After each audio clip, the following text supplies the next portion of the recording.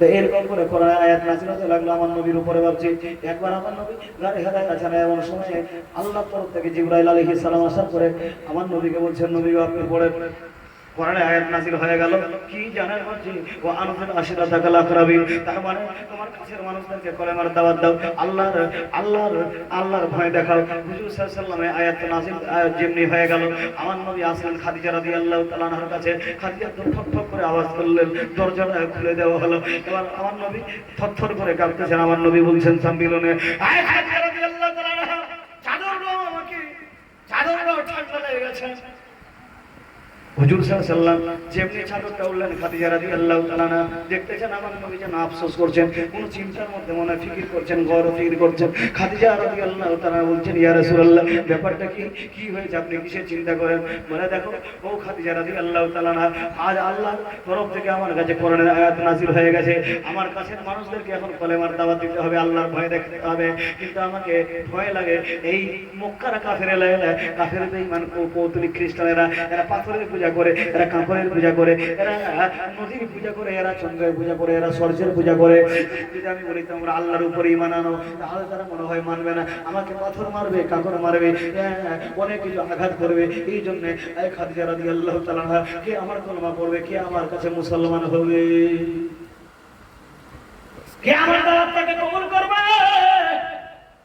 খাদিজা রাদিয়াল্লাহু তাআলা আনহা যেই কথাটা শুনলেন, আমার মা খালারা শুনছেন, রাতের বেলা খাদিজা রাদিয়াল্লাহু তাআলা বলছেন, ইয়া রাসূলুল্লাহ, অনেক দিন থেকে আমি ভাবছিলাম বলবো, কিন্তু আজ আমার সময় এসে গেছে, একটা কথা বলতে চাই। বলে, খাদিজা, কে আমি একটা কেন হাজারটা বলো। আমার নবীর কাছে খাদিজা বলতেছেন, ইয়া রাসূলুল্লাহ, ইয়া হাবিবাল্লাহ, আজ আপনার কাছে আমি এলান করতেছি, দুনিয়ার জমিনে, এই পৃথিবীর জমিনে কেউ যদি আপনার কলেমা না পড়ে, আমি সর্বপ্রথমে আপনার কলেমা পড়ে মুসলমান হয়ে গেলাম। সুবহানাল্লাহ। ইমান অনেক তোমাদের অবদান আছে ইসলামের মধ্যে। সর্বপ্রথমে যেই মহিলা কলেমা পড়েছিলেন, আমার নবীর স্ত্রী, অর্ধাঙ্গিনী, সহধর্মিণী, সধর্মিণী, সঙ্গিনী, সাথিনী হযরতে খাদিজা রাদিয়াল্লাহু তাআলা আনহা। সুবহানাল্লাহ, জোরে বলুন সুবহানাল্লাহ। সুবহানাল্লাহ। এবার বলবেন যে ছেলেদের মধ্যে কে পড়েছিলেন? ছেলেদের মধ্যে পড়েছিলেন সাইয়্যিদনা আবু বকর সিদ্দিক রাদিয়াল্লাহু তাআলা আনহু। জোরে বলুন। এর একটা বড় ঘটনা আছে। ব্যবসা করতেন শাম কিংবা সিরিয়ার দিকে হযরত সাইয়্যিদনা আবু বকর সিদ্দিক রাদিয়াল্লাহু তাআলা আনহু গিয়েছিলেন। আর হঠাৎ করে একটা রাত্রিবেলা স্বপ্ন দেখে আকাশের চাঁদ জমিয়ে পড়ে গেছে, আর আবু বকর সিদ্দিক রাদিয়াল্লাহু তাআলা আনহু নিজের চাদরের মধ্যে ওই চাঁদখানা উঠিয়ে নিয়েছে। জোরে বলা যাবে না? সুবহানাল্লাহ। সকাল যেমনি হয়, এটা কারশি রাহেবের কাছে যায়, আর যাওয়ার পরে বলে, আয় কারশি রাহেব, আজ আমি একটা স্বপ্ন দেখেছি, আকাশের চাঁদ জমিয়ে পড়ে গেছে, আমি চাদরের মধ্যে উঠিয়ে নিয়েছি, এর তাদের কি হতে পারে? ওই কারশি রাহেব বলছে, ও সাইয়্যিদনা আবু বকর, ও সাইয়্যিদনা আবু বকর সিদ্দিক রাদিয়াল্লাহু তাআলা আনহু, আচ্ছা বলো তো তোমার বাড়ি কি মক্কা নগরে? বলে, হ্যাঁ মক্কা নগরে। বলে, খানায় কাবার পাশে? হ্যাঁ খানায় কাবার পাশে। আচ্ছা বলো তো মুহাম্মদ সাল্লাল্লাহু আলাইহি ওয়াসাল্লামকে তুমি কি চিনো?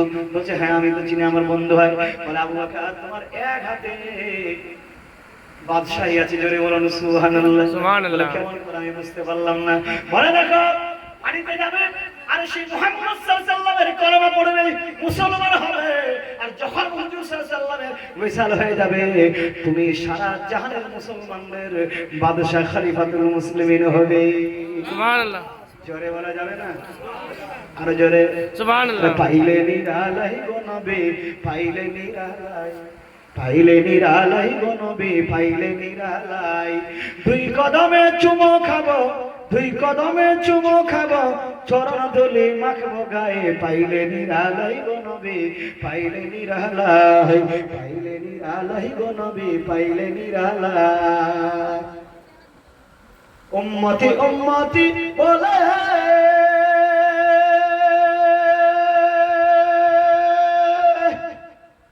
কাঁদলেন নবী সারা জীবন ভরে, উম্মতি উম্মতি বলে কাঁদলেন নবী সারা জীবন ভরে, এখনো কান্দেন নবী, এখনো কান্দেন নবী, এখনো কান্দেন নবী, এখনো কান্দেন নবী, পাপী উম্মতের মায়ায় পাইলে সুবহানাল্লাহ। নিরালাই গো নবী, পাইলে নিরালাই, পাইলে নিরালাই গো নবী, পাইলে নিরালাই। দুই কদমে চুমু খাবো, চরণ ধুলি মাখবো গায়ে, পাইলে নিরালাই গো নবী, পাইলে নিরালাই। কান্দি আমি বাংলায় বসে, যাব দেখা স্বপ্নে এসে। সুবহানাল্লাহ। কিসে লেগে কান্দি? একবার যদি নবীর দিদার পেয়ে যায়, জোরে বলুন সুবহানাল্লাহ। আরে কান্দি আমি বাংলায় বসে, যাব দেখা স্বপ্নে এসে। কান্দি আমি বারে বারে, কান্দি আমি বারে বারে, আপনাকে দেখার আশায়। পাইলে নিরালাই গো নবী, পাইলে নিরালাই, পাইলে নিরালাই গো নবী, পাইলে নিরালাই। দুই কদমে চুমু খাবো, দুই কদমে চুমু খাবো, চরণ ধুলি মাখবো গায়ে, পাইলে নিরালাই গো নবী, পাইলে নিরালাই। মদিনা শরীফ বহু দূরে,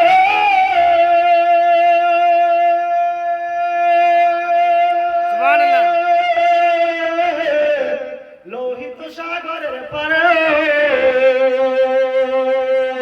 সালাম দিলে সালাম নাই, সালাম দিলে সালাম নাই, পাক নবীজির রওজায়। পাইলে নিরালাই গো নবী, পাইলে নিরালাই, পাইলে নিরালাই গো নবী, পাইলে নিরালাই। দুই কদমে চুমু খাবো, দুই কদমে চুমু খাবো, চরণ ধুলি মাখবো গায়ে, পাইলে নিরালাই গো নবী, পাইলে নিরালাই। তো ছেলেদের মধ্যে হযরত সাইয়্যিদানা আবু বকর সিদ্দিক রাদিয়াল্লাহু তাআলা আনহু কলমা পড়ে মুসলমান হয়েছিল। আর মেয়েদের মধ্যে সর্বপ্রথমে আমার নবীর স্ত্রী ওয়ার্দাঙ্গিনী সহচরী সহধর্মিণী হযরত খাদিজা রাদিয়াল্লাহু তাআলা কলমা পড়ে মুসলমান হয়েছিলেন। আর বাচ্চাদের মধ্যে কলমা পড়ে মুসলমান হয়েছিলেন সাইয়্যিদানা হযরত আলী রাদিয়াল্লাহু তাআলা আনহু। জোরে বলুন সুবহানাল্লাহ। আমার আলী রাদিয়াল্লাহু তাআলা আনহুর বাপের নাম কি বলেন তো? আলীর বাপের নাম হচ্ছে আবু তালিব, আলীর বাপের নাম হচ্ছে আব্দুল মুত্তালিব, আব্দুল মুত্তালিবের বাপের নাম হচ্ছে আবু হাশিম, আবু হাশিমের বাপের নাম হচ্ছে আব্দুল মানাফ, আব্দুল মানাফের বাপের নাম হচ্ছে মুসা, মুসার বাপের নাম হচ্ছে কিলাব, কিলাবের বাপের নাম হচ্ছে বুহার, বুহারের বাপের নাম হচ্ছে নাজার, নাজারের বাপের নাম হচ্ছে মুজার, মুজারের বাপের নাম হচ্ছে খুসাইমা, খুসাইমার বাপের নাম হচ্ছে মুদরিকা, মুদরিকার বাপের নাম হচ্ছে ইলিয়াস, ইলিয়াসের বাপের নাম হচ্ছে মাহাদ, মাহাদের বাপের নাম হচ্ছে আদনান, আদনানের বাপের নাম হচ্ছে ইসমাইল আলাইহিস সালাম, আর ইসমাইলের বাপের নাম হচ্ছে জাতির পিতা হযরত ইব্রাহিম আলাইহিস সালাম। এই সময়ে আলীর বংশের পরিচয় বাবা আদম পর্যন্ত পৌঁছে যায়। জোরে বলুন সুবহানাল্লাহ। সুবহানাল্লাহ। আর জোরে বলা যাবে না? আলীর জন্ম কোথায় হয়েছিল? খানায় কাবার ভিতরে। জোরে বলুন সুবহানাল্লাহ। সুবহানাল্লাহ। এর নাম কি ছিল? ফাতেমা বিনতে আসাদ, আসাদের বেটি ফাতেমা। এই আলীর যখন জন্ম হয়, পেটে যখন কামড় দেয়, দেখে কোথাও কিছু নেই, হঠাৎ দেখে সামনে খানায় কাবা, ওই খানায় কাবার ভিতরে হযরত আলীর মা চলে যায়, আর সেইখানে আলীর জন্ম হয়। জোরে বলুন সুবহানাল্লাহ। সুবহানাল্লাহ। হ্যাঁ, এই আলী রাদিয়াল্লাহু তাআলা আস্তে আস্তে বড় হয়।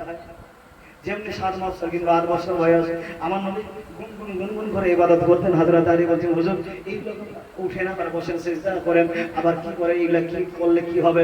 হযরত আলী কেমন বলছেন, আলী রে, এটা করে আল্লাহকে রাজি করার জন্য তুমি যদি করতে চাও, তাহলে তোমাকে আমার উপরে ঈমান নিয়ে আসতে হবে, কলমা পড়তে হবে। বলে হুজুর আজকে কিছু বললাম না, কালকে এসে বললো। যেমনি সকালবেলা পরদিন আসে, বলে হুজুর আজ আমাকে কলমা পড়ে মুসলমান বানায় আলী। সুবহানাল্লাহ। ছোটদের মধ্যে হযরত আলী কলমা পড়ে মুসলমান হয়েছিলেন, কিন্তু কলমা পড়তে গিয়ে বাবা কত কষ্ট, কত সহ্য করতে হয়েছে।